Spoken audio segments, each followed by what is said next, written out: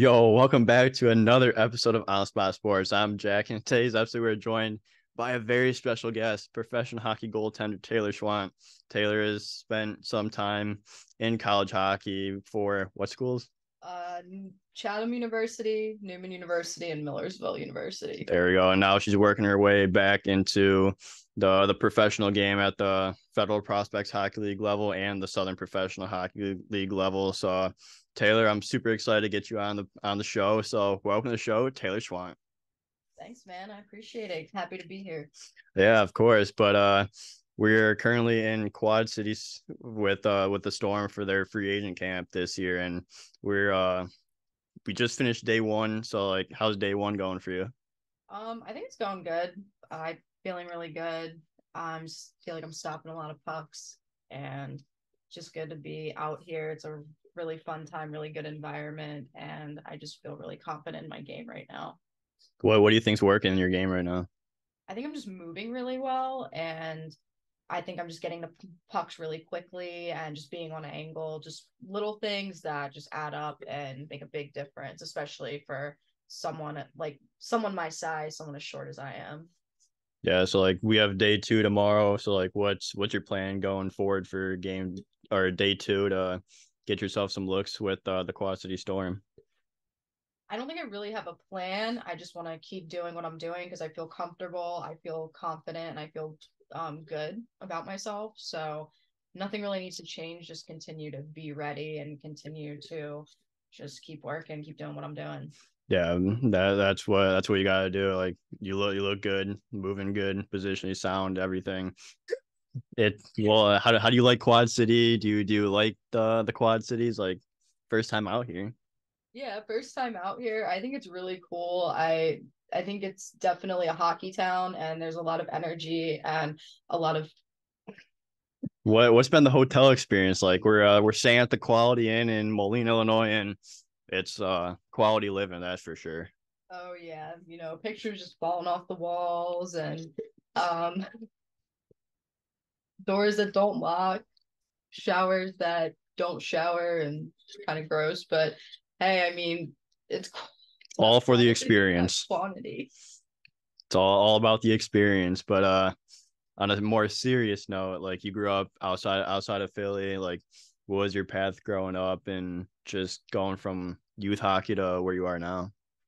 I didn't start playing till I was 11, so that was kind of a little later than a lot of people, especially people that are like in like the college and pro ranks. But I played men's and women's growing up, kind of like a mix, women's travel and then like men's school hockey. And when I graduated from high school, I went up to New Hampshire. I played a year of juniors up there for the Northern Cyclones, women's juniors. So I didn't play a ton of like top hockey until I got to about like 16 years old. That was my first year of tier one. And it was really just about like working my way up and proving myself throughout like the lower ranks and continuing to like move my way up and through so I could get to that point and start to get noticed. And I feel like it all, in hindsight, it happened really, really quickly, which I'm thankful for. But at the time, it was very slow moving, and I thought I was never going to get to where I actually wanted to be. Yeah, so like now you're at like the higher level and you've seen a lot, you've faced a lot of adversity. So like what do you learn throughout those experiences where you are facing that adversity and you had to overcome it? And it's a grind, but it's definitely worth it. Yeah, I mean, I think if you love what you're doing, you have to learn to not let the adversity get to you too much because people can tell you all the time, oh, you're too short, you're too this, you're too that, whatever they might tell you, whatever the excuse or whatever is. You just have to not let it bother you because you have to realize people are going to say things and you don't have to agree with them. And things that they say might not always matter, might not always be right. So you have to just keep pushing through it. Like I said, if you love it and you love what you're doing and you have a goal and a dream, you can't let what other people are saying get to you. You have to just keep moving forward and keep pushing because eventually that opportunity is going to come and that door is going to open. And if you stop and you let things get to you, you may never have the chance that you want to have. You're just going to miss it. Yeah, it's all about pushing the limits and just keep going. no is not like the final answer. Like there's always going to be a door that opens eventually somewhere at some time, and you just gotta make the most of that opportunity when it comes. Exactly. Yeah. Like if you stop like right before, like if you're like, I always like to use the analogy like you're climbing a mountain, and if you stop before you get to the peak, you never really know like what's up there. You don't know what could have been. And that's my biggest thing too, is there were definitely times where I wanted to give up because I was like, there's no moving forward from here. Like it's constant no's, it's constant you're to this, you're to that, whatever it might be. But if I had stopped, I would never know, like, kind of, I wouldn't have had a lot of the experiences that I've had. And I feel like now I'm moving forward in a way that is more aligned with what I've always wanted. And if I, like I said, if I had stopped, I would never have gotten to some of these points. And I feel like I can still even keep moving forward from here. So, yeah. It's a great path, and just go over all the obstacles and everything. Like you said, like you're on the smaller side. Like all three of us here, like we're on the smaller side. So like, what have you learned from being a smaller goalie that you have to do better to get that look? Definitely speed, definitely angles. Like you have to be very precise with kind of everything that you do, because if you're off by like even just an inch, somebody can absolutely rip you apart. Yeah, Whereas a bigger goalie, they can afford to be a little off because they have that extra body and that extra area to cover, where or to compensate for, where I don't have that. And like other smaller goalies can relate to that too. They don't have just those, just their stature to make up for any sort of lack of angle, depth, speed, whatever it might be. So you kind of have to be really precise with everything that you do, and you have to be quick. If you're a slow, small goalie, good luck. yeah. It's like what do you build off that foundation for? Like your skating, your depth, your angles, you're like obviously as a small goalie, like you got to have all goalies got to have that foundation, but you got to have like a foundation and really stick to it as a small goalie. Yeah, exactly. Like my foundation, I guess, is just always focusing on like the little things, and just like even just going back to basics, because if you're not perfect in your basics, you can't move forward to some of the more difficult things and some of the more like intermediate advanced type of things. But I always try to just keep perfecting my basics and staying true to what works for me. Like I don't try, I mean, I do try new things. I'm not, the game's always Yeah, advancing. As goalies, we have to advance too, but just consistently working on my footwork, whether that's on or off the ice, and just like a lot of skating, like, footwork skating. So a lot of skating there, just increased movements out of the crease too, just going like up and down the ice.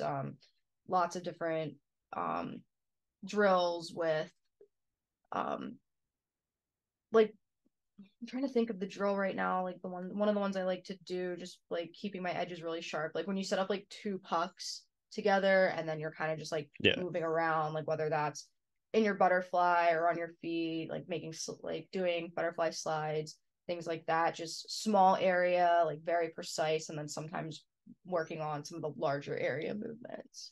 yeah, and like that's what you got to build off. Like you just really got to hone in on the basics. Like it's not all like the flashiness stuff like you see on Instagram and all that. Like it's literally just for me, it's like just tracking the puck, like pucks in the slot, glove blocker, move, then get into some movement drills, and literally just simple movement drills that anyone can do. But you got to really hone in on that and really get into the basics and perfect that, because if you don't have the foundation of the perfect like foundation, like you're gonna get scored, you're gonna get ripped apart. Yeah, and like one thing I think that's really important for small goalies too is working on in tight situations, Yeah, because obviously when you're in tight, you don't have as much time.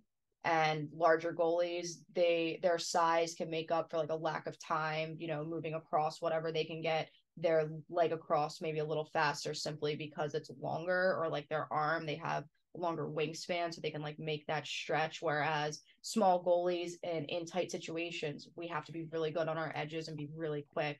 Um, in case of like a really quick pass across crease or something of that nature, short rebound coming out in front. So those are some things I like to work on a lot as well, is mainly in tight, because when you're obviously when they're shooting from like the blue line or at the top of the circles, those are much easier saves to make. And at that point, it's just all about angle and depth, yeah. Where, not to say I'm perfect at that, because none of us are, no one really is, but those are just those are the easier saves to make. So where those are where size doesn't matter as much, whereas like in tight, I think that's where a lot of smaller goalies get burned, and what makes them look not as superior to larger goaltenders, because we just don't have that coverage in that area. So that's something that I work on almost every time I'm out on the ice. Yeah, and like that, we saw a lot of that today with like the small area games and like the back and forth in tight situations, two shot drills, just projecting the hands, especially in tight. Like if you're not projecting your hands, especially as smaller goalies, like you're gonna get beat and you're gonna get ripped apart, and that could be a difference between making the team and not making the team. Yeah, exactly. Like there are definitely some saves that I wish I would have made today, like just simple like hand projections, like my hand wasn't out, it like was across, little things like that where, oh, I could have made that save. If this little thing was just better, like if I had projected my hands out, something along those lines, um, where I wish I would have played it a little differently, and just something so quick. I'm like, I should know that. Like that's what I should be doing consistently, which you know how it is, like especially in tight situations, it's a little more difficult to make sure you're perfect on everything, but that's like the best time to work on little things like that too. Yeah, exactly. And I want to move on to like when you were in your youth days, and like you finally got that shot at a higher level when you were 16 with the Cyclones. Like what was like the difference between going from like that lower level to that higher level, and just being able to weed your way out of that and just see where things go? Yeah, so Cyclones wasn't until like junior hockey, so I was like 18, but I had started in tier 1 with my local youth program, which at the time it was the Quakers, but they were doing a transition with the not little Flyers, the junior Flyers. And so it was kind of like this weird Quakers junior Flyers mix, but I wouldn't say it was that much of a difference, because even though I was playing at like the tier 2 level, I always played an age level up. So the girls, were a little older, they were a little stronger, they were a little faster, even at like the tier 2 level. When I went up to tier 1, that was like the first time I was truly in my age group at 16U. So it wasn't as much of a change of pace, but our team, I don't want to say we were bad, because like we weren't bad, but I don't think we really had the numbers, and we weren't as strong as we probably could have been for a tier 1 team. So for me, that was a really good year of like just development, because I was seeing a lot of shots. Especially from more skilled players than what I was playing with before. But the difference wasn't like that astronomical, but it was a really kind of a good wake up call for what I could expect, like moving forward, at least like trying to move on to like college and stuff like that. Yeah, so like what do you learn from those experiences when you're playing against older girls, and like they're obviously bigger and shoot harder and all that, and like they're more skilled than like your age group, your group, I would say. But like just learning from those experiences and getting the better competition. Yeah, I mean, I learned a lot. I think I just learned like nothing like nothing that I guess don't already know. Like I guess what I learned was that I, needed, like going back to like the smaller goalie conversation, I needed to be quicker than everybody. I needed to be, more precise and more and completely accurate, like on my angles and with my depth and my movements, because, like I said, if you're not as a small goalie, you're going to get burned. So whether I was playing with the men or the women, that was always something that I was super focused on. And that was something that I learned too. Like when I was moving up and, there were times I wasn't playing well, it was because I wasn't doing the things that I needed to do. And then also too, like the way when you're playing with like an older age group or you're like moving up, like the way like you carry yourself and the way you handle yourself is going to be a little different too. So you have to kind of be a little more professional, which is, I use that term loosely because it was youth hockey, but when you're playing with like people older than you have to kind of try and match Yeah. that match that maturity level. Yeah, and like that like professionalism, like you said, loosely as youth hockey, but like you still gotta grow up a little more when you're playing with the older group, and you're able to, and once you do that, like you gain like the respect from everyone else, and it just goes, that respect in the locker room goes into the respect on the ice, where you're seen more as a mature person, and you're just able to like just grow from those experiences and have like that more maturity. Yeah, for sure. I agree with that. And especially like someone that's coming in younger, you're generally going to be a little more mature. Yeah. And like when you're younger anyway, like everybody matures like kind of like rapidly. Well, not like, yeah, like rapidly, like in different ways. So like you can be like 13 and then you turn 14 and you're a completely different person and it's just a 1 year difference. So just like especially in those teenage years, you can be like 2 years apart from someone and be completely different, Yeah. like have nothing like in common.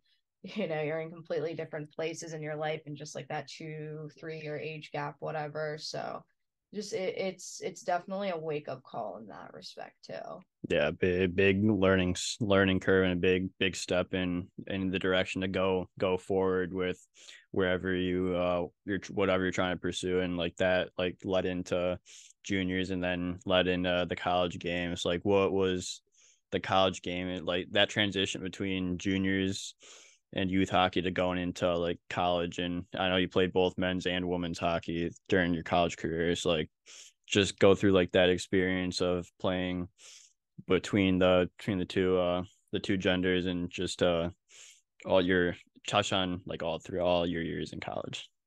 Yeah, I mean, like going from women's juniors to women's, I played NCAA Division 3. It wasn't much of a jump. There was a little bit of a difference with like um how your day to day goes because this time like you're in college, whereas before, I was literally just playing hockey all the time, which was really cool. It was awesome while that lasted, but then No school. yeah, no school. So I was just focused on hockey, whereas when I moved into college, I had to focus on both school and hockey. And that was a little bit of a different dynamic, especially, in terms of camaraderie with your team, because you're not always together. It's Yeah. not always really possible. And like a way that you are, but like you're also not because you're busy with other things too. So that was definitely a little different there. But just I think the bigger thing for me was transitioning from the women's game back to the men's, because even though I played mostly with the men growing up and I played like both too. I played men's and women's simultaneously growing up. Men's college hockey is a lot different than like what I experienced in high school. It's a lot more physical. Everybody's a lot bigger at that point. And with the women, it kind of generally is like the same physicality, that's generally the same size and strength as you get like when you're, in your later teenage years leading up to like college. So I had to adjust to like faster shots, a little bit of a faster paced game. And that I wouldn't say that was difficult because I was still training like with my goalie coaches and stuff, like with guys like at that caliber or better. So I was kind of used to it, but then also changing the fact that like I had to go now and get dressed in my own locker room and I wasn't, with everybody all the time. And not that I wasn't used to that, Yeah. but it was definitely more of a transition and more of something to navigate than before, where I just transitioned from playing with a women's team to a women's team. Yeah, where when you were in your own like locker room, were you was it like were you obviously like, oh, you're obviously away from the guys team, but like did you have like trouble transitioning into like being with the team, or like being like have like that good chemistry? Um, it was at Neumann, not really, just because I had already like known some of the guys, and it was like, they had known that I had an interest in playing there, and one of the guys kind of helped me get there. With Millersville, though, I hate to say like there was difficulty because there really wasn't, but I had only known one guy. I trained with him. He was another goalie. I trained with him like for the past year or so before I went there. And he wasn't on my team though. He was on like the team above mine. So I didn't really have him around me as much to kind of help me there. So I had to really do that on my own. I was going in like knowing no one, but the guys made it easy. They were really cool, and they wanted me to be part of things too. Like they didn't want me to feel like I wasn't part of things, and that I was left out just because like I'm the woman and I'm like in my own locker room and kind of doing my own thing a lot of the time. And just like having the practices and the off ice together, like that helped bring the Yeah. camaraderie in a lot, especially even like when we were on bus trips too. That was like a big thing. Yeah, that's good that they really brought you in and made you feel like a part of the team, because you are, and like just bring that camaraderie into with you. But like the transitions between like Millersville to Neumann, or Neumann to Millersville, like what was the transit, because you had to move schools quite a bit. So like what was that like? Um, it I mean, it's not like I hadn't transferred Yeah. before, so like I had Or dealt with transferred. different. That's a better word. Well, it wasn't like transfer because I graduated from Newman and then like did grad at Millersville, but it was a little weird because you spend how many years at a school, you start to, especially a small school like Newman. Yeah. I knew a lot of people, I had a lot of friends there. I was comfortable with like the campus and just like the like how everything, like the culture, I'll say the culture of Newman. And then when I went to Millersville, it's a state school, so it's a lot bigger and you don't really know anybody. And going into the master's program there, a lot of the people in the master's program knew each other because they were in the same undergrad at the Yeah. same school. Whereas I was one of the few people that was coming in, not, really knowing anybody in my program. Um, I didn't really know anyone on the hockey team. So that was a little bit of an adjustment there, but it was pretty easy. Like it was easy to talk to the people that were in my classes because we had similar interests. We're a lot of us were athletes, similar. We're in the same major, all that. And then, like I said, with the hockey guys, my teammates, they really just kind of took me under their wing, and they were really cool about it. So that wasn't difficult, but it was definitely a little weird at first because I was going from my comfort zone to being kind of out of my comfort zone, and I hadn't been in that position in a while. As goalies, we're always, you can't get too comfortable. You always got to you always got to, you can't be satisfied with anything. You're uncomfortable at times, and it's part of the position. You grow from those experiences. Oh yeah, like there's so many times even like when I'm working on things that I don't think I'm very great at, like on the ice, like I don't think my puck handling is one of my strong suits. And then I'll work on it like with my goalie coaches, and I'm just like, oh my God, I don't feel comfortable in this drill. I don't feel like myself. But that's just because that's not my strength, Yeah. and I have to put myself in those positions of being uncomfortable to get better at that and to be more comfortable. So every time it obviously gets better, just like when we're starting out, when, you're moving in your gear for the first Yeah. time and you think you're never going to get used to it. And you're like, You do. yeah, obviously, yeah, you do. But it's in those moments, like when you're working on some of those things, you think, oh my God, how am I ever going to get used to this? And now things like the gear and blocker saves, glove saves, T pushes, shuffles, they all almost just feel like second nature. You don't even think about it. Kind of like walking or chewing or breathing almost. Yeah, exactly. And like that's the best, is when you get to that part where it's just second nature and everything, and you're able to learn new things, as well as like continuing improving your strengths and improving your weaknesses. But then after college, you move on to trying to pursue the professional game, where you were at the Elmira free agent camp in the Federal Prospects Hockey League. You're potentially going into the Michigan Independence Hockey League if the Fed or the SP doesn't work out. So like, what has this year been like for you, and just to be at that free agent camp and then to be here, obviously. So I'll actually rewind that a little bit because I had left school in 2022. So that's really like when I started. So from that point in like March of 2022 to now, it's been crazy because last year I wasn't getting like any looks, any opportunities. I was starting a job to, you know, be working and have money so I can, Pay go to for the student job. club. Yeah, exactly. Have one job to pay for the other job, and I wasn't really able to take time off to go to camps and things like that because I was just, starting. And there really nothing was like really going for me. So I just kept going with like my training and, on ice, off ice training. So it was almost like I was living in Groundhog Day for a little while. There were times where I, would say to my goalie coach, I wasn't like having a good day. I'd say to my goalie coach, I'm like, I'm so tired of this. Something has to change. And then finally I was able to get the opportunities like going to the Fed camp and going to this camp. And it's just been a major difference. It's helped build my confidence a lot. And also I'm kind of like reaping the rewards of all the training now, which always feels really good. Like when you feel like, oh, all this work that I'm putting in, it's not for nothing. Something's gonna come out of this. And it's kind of like I was saying earlier with like the mountain analogy. You just keep climbing the mountain and you keep going because if you stop, you're never gonna know what's at the top. So that's kind of been, the process so far. And what it's been like is before it was just a ton of training, ton of just doing the same thing week in and week out. But now that I'm getting these opportunities, I'm going to these camps and I'm getting looks and talking to some teams.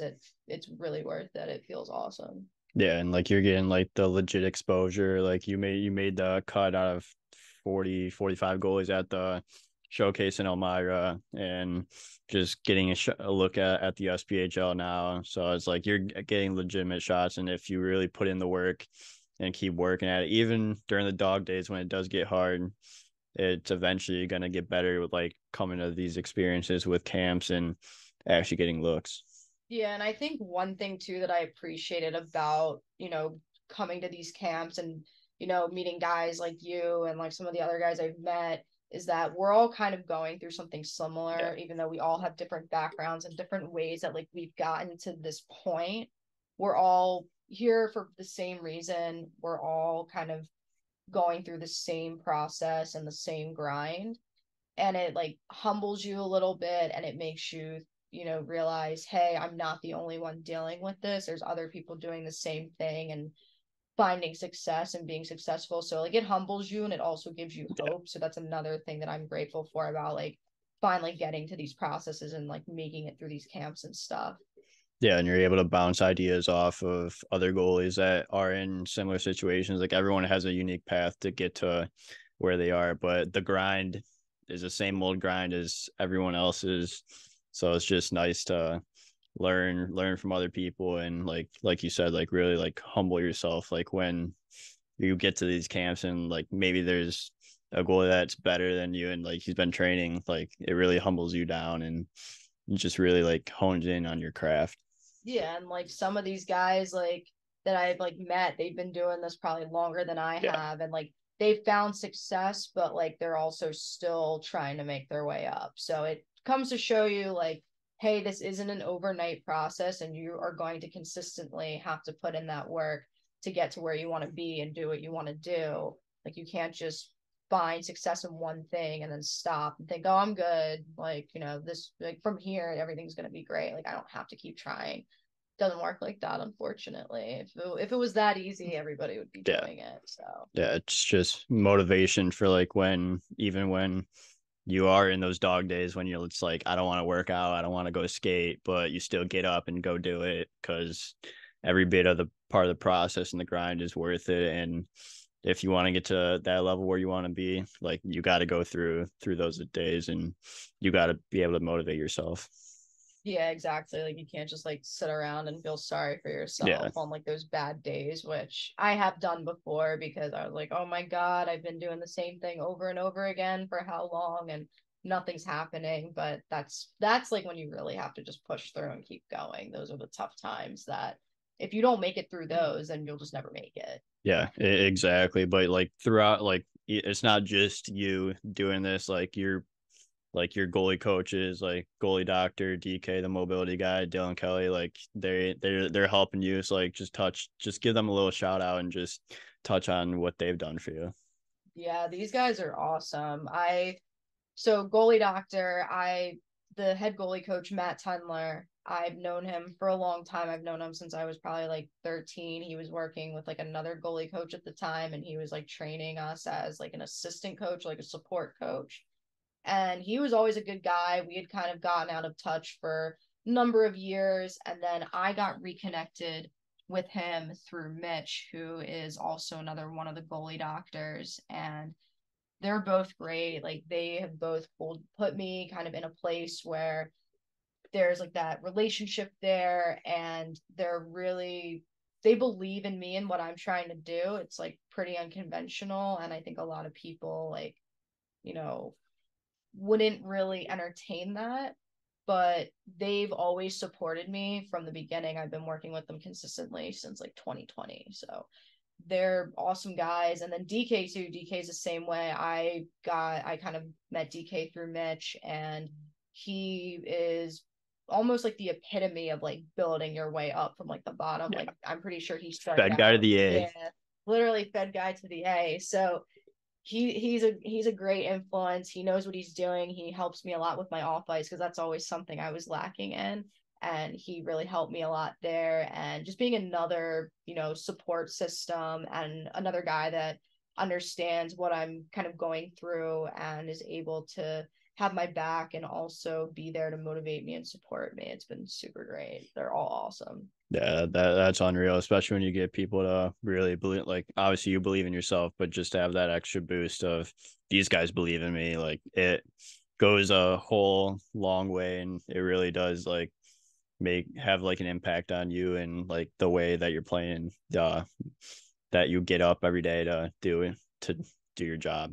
Yeah, like honestly, if I didn't have their support too, obviously along with like family and that, I don't think I would be able to keep going Yeah. and keep doing it because yeah, you believe in yourself and that's the most important thing, but it is also extremely important to have other people in your corner to that do believe in you and that do support you because they're the people that also help you through the tough times where it's more difficult to help yourself. Yeah, absolutely. But for this last part of the episode, like, do you, what's some advice that you give younger women going through these experiences, even guys as well? Like, what's some advice that you'd give to everyone trying to trying to pursue their dream, whatever that dream may be? The biggest thing for me, one thing that I've really learned that I think super important is in hockey, especially going through like the youth level, everyone kind of thinks there's like this cookie cutter way of getting to where you want to be. You have to go through like you have to do A, B, C, and D, and then you'll get to E. You have to do all of these things, but that's not true. Like you can go through your own path. You don't have to do things a certain way. You don't have to be on AAA from 6 years old to 18, things like that. Getting on the ice every single day, private lessons every, couple days, things like that. You don't have to or be on these certain teams at these certain points in your life and these certain ages. You can find success and you can do some really cool things by not being what everybody else is, just by doing your own thing. So, like, if you feel like, hey, I'm doing this, that's not what these people are doing, that won't make me successful. That's not true. Sometimes you have to just find your own way too, because not everybody is going to, that find success is, has taken the same path. And also just no matter how hard it gets, if you love what you're doing and if you think to yourself, I can't see myself at this point in my life not doing what I'm doing, don't give it up, no matter Yeah. how hard it might get mentally or physically. Some days just keep going. Just do whatever you have to do. If you need to take a break or whatever for like a month, something like that, to just be yourself and be whatever, not focus on hockey, do that, but don't give up and don't doubt yourself too much, because if you doubt yourself, everybody else around you is going to doubt Yeah. you too. No one path is the same. Like everyone has a unique path. Like I don't know how many people there are in the hockey world, but every single person has a different path, and no path is the same. So just continue on your own path and go through the obstacles, overcome the obstacles that you face, and just continue to grind, because every day that you do get past an obstacle, like the days get better and better, and you get closer and closer to that dream every step of the way. Absolutely. 100% agree with that. Yeah, but the last one is like obviously like women's hockey has definitely like gained a lot more traction in the last couple of years, especially with the PWHL coming into place. Like, what's it been like to see the game of women's hockey really grow, and just to have like everything grow and have like all the influences around the hockey world? Yeah, like it's even grown a lot since I, was younger. Like there was no professional women's hockey when I was younger. The amount of college teams, there were not nearly as many college teams, whether that was Division 1 or Division 3, and same with even travel. So it's been really cool to kind of see that in such a short period of time too. Like that was a span of about like 10 to 12 years when all of that started, but that still is not that long of a time. Like when I started playing, and then I guess like right before I got to college, that was only like 6 or 7 years that, so much change. So it's really cool to see that. And I'm really happy that, we have a lot more opportunities than we did before. And now I think we're gaining a lot more respect, like in that sense, like, we're good athletes, we can produce good hockey, whether that's, when we're playing with the men or doing that just amongst ourselves, amongst women. So I think it's great. And I think it's going to push a lot more girls to get into hockey. Yeah, that's great, and like it's just gonna continue to trend upwards, and everything's gonna everything's gonna keep going up, and it's all about growing the game, and like we love when the game grows, and it's just gonna continue to grow and grow. Absolutely. I agree.